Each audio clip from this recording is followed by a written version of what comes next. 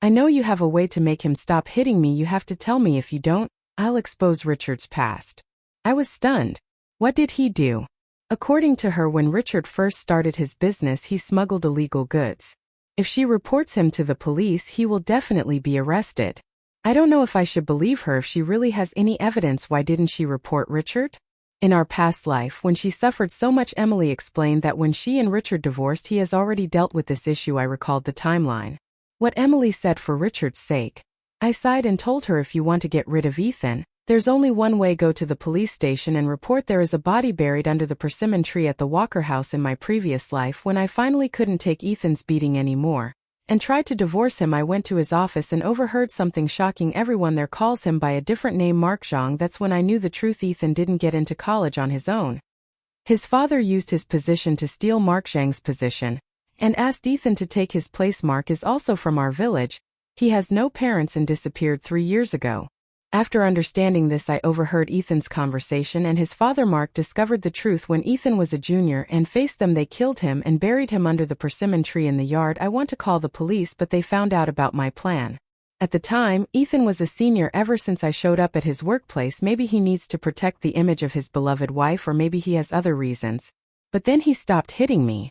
On the contrary, he always let me stay with him, even if he's not around. Someone's been watching me. Seeing how much Emily wanted to get away from him, I sincerely believe she would have called the police.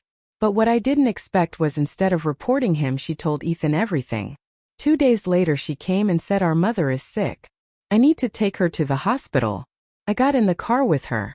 But soon I realized we were off course. Where we are going, this is not the way to the hospital. I asked. A feeling of fear came over me. I'm sorry, she said quietly. I was stunned.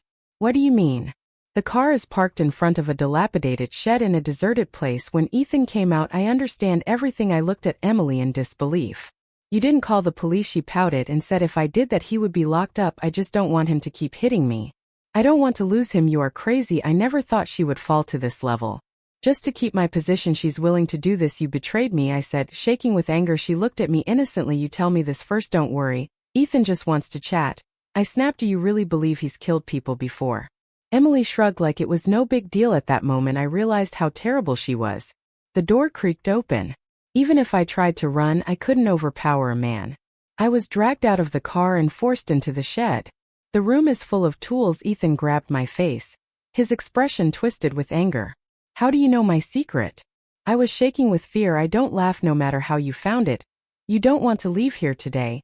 He took out a rope and started tying me up. A feeling of despair swept over me. I cursed myself for being so naive. I've been betrayed by Emily once in my previous life. How could I be fooled again? Tears streamed down my face just as Ethan raised the knife and bring it to me. There was a scream outside. The door was kicked open with a loud bang. Several men rushed in and pinned Ethan to the ground. Then Richard walked in. Silhouette under the light. The next moment I fell into his arms. I can't stand feeling his warmth anymore. I burst into tears. Richard gently held my face. Obviously heartbroken, he touched the wound on my skin. His eyes were filled with pain and tenderness. Sarah. I'm sorry I'm late. I shook my head. No, you came at the right time. Ethan next to him suddenly screamed, what are you doing? Do you know who I am? I am a person in this city. But before he finished speaking, Richard kicked Ethan hard. Ethan screamed in pain and burst into tears. Richard. How dare you do this to me? Do you believe I won't tell my dad? Richard grabbed his hair and slapped him hard. His voice is cold. Your father. The police have been to your house. He was arrested. Ethan's eyes widened. That's impossible. Richard narrowed his eyes. Of all the people you could mess with, you chose my wife. The police arrived soon. They must have found the body buried under the persimmon tree. They came here specifically to arrest Ethan. When they were about to take him away, he suddenly collapsed and rushed forward, grabbed Richard by the pants, and wouldn't let go. I was the one who was supposed to marry you. I am your real wife. Please help me. I don't want to go to jail. Richard kicked him out with a look of disgust on his face.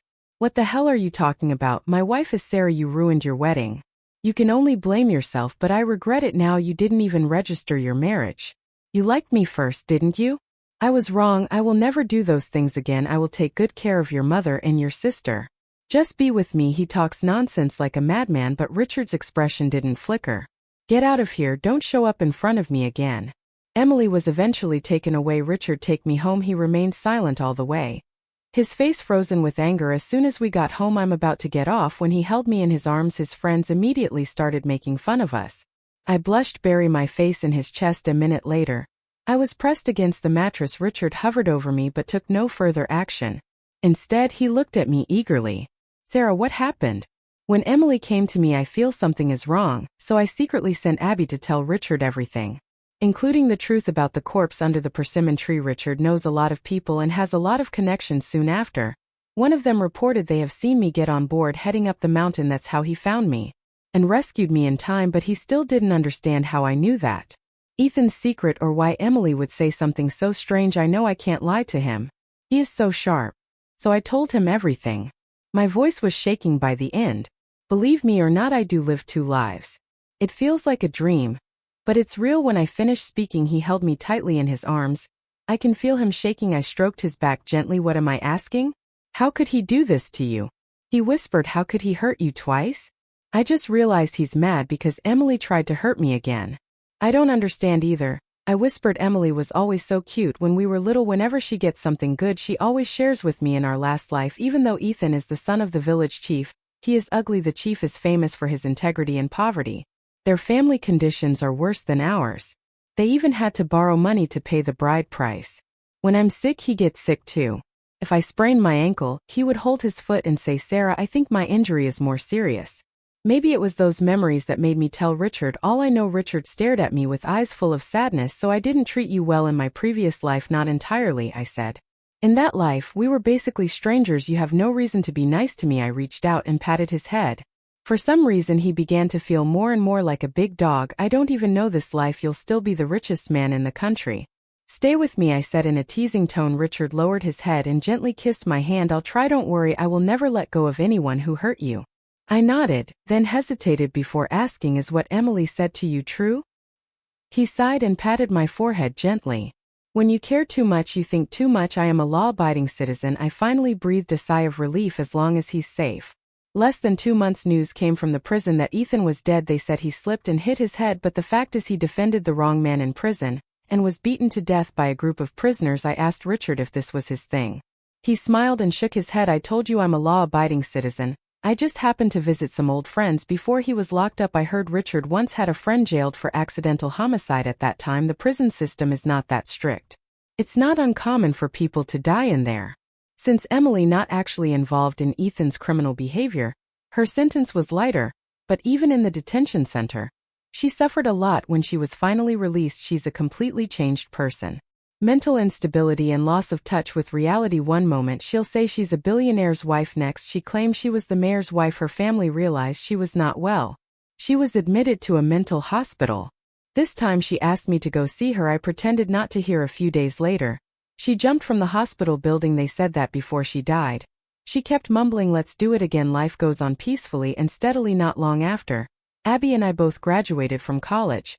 After careful consideration, I decided to pursue a master's degree, and then a PhD.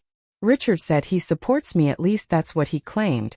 But on the day I entered school, he is dressed very fashionably and insisted on driving me to campus personally. In my second year of graduate school, Richard enters national wealth ranking. We have a child, Abby, and her husband became civil servants. Their business is booming. The biggest surprise, Richard's mother published her first novel at the age of 50, becoming a mature writer. I still live a wonderful life, but compared to my last life, I am much happier.